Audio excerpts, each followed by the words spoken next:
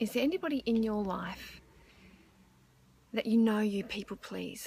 Now, when I use the term people please, I'm not talking about the love-driven people pleasing, where we know our kids are charming us, but it gives us delight to do something lovely for them that's extravagant, and we do that because we know it pleases them. So whenever we're pleasing one we love through a place of love and delight, that is not people pleasing.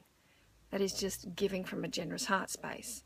Yes, we are pleasing the ones we love, but we are empowered as we do it. The people pleasing I'm doing this word vitamin on today is fear-driven.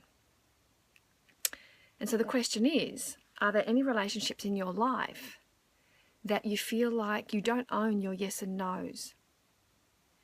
You find you people please because you're too afraid not to.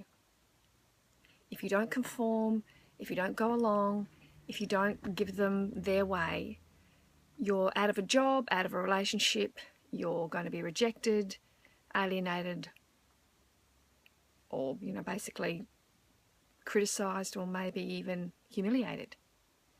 Now, if you've got any relationships like that in your adult life, it might be time to have a review, because when I hear people say that they just can't say no, or they're too scared to, or they're disempowered in any way, this is not a relationship. This is a dictatorship. You've got people pleasers need emotional blackmailers, and that dance is not good for anybody, because it is corrosive to self-respect.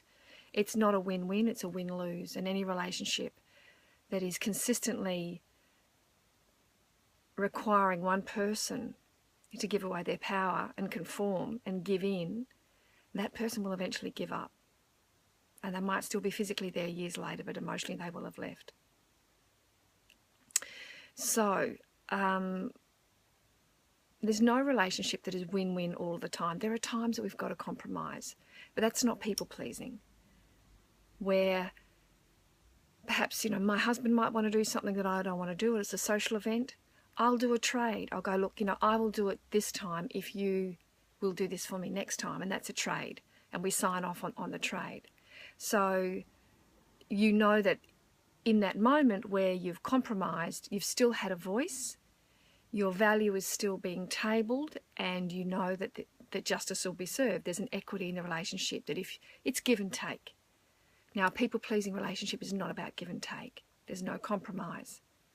It's disempowering, and the dominant person, it just snowballs over the years. So it doesn't matter if this people-pleasing is happening with your children, a family member, your lover, or a friend.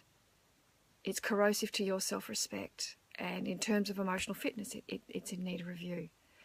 So it's easier said than done. These relationships don't happen overnight. They're normally built. So uninstalling the people-pleasing app does take time as well. And you might need some help in that. And if you do, you can email me anytime, cynthia@emotionalfitness.com.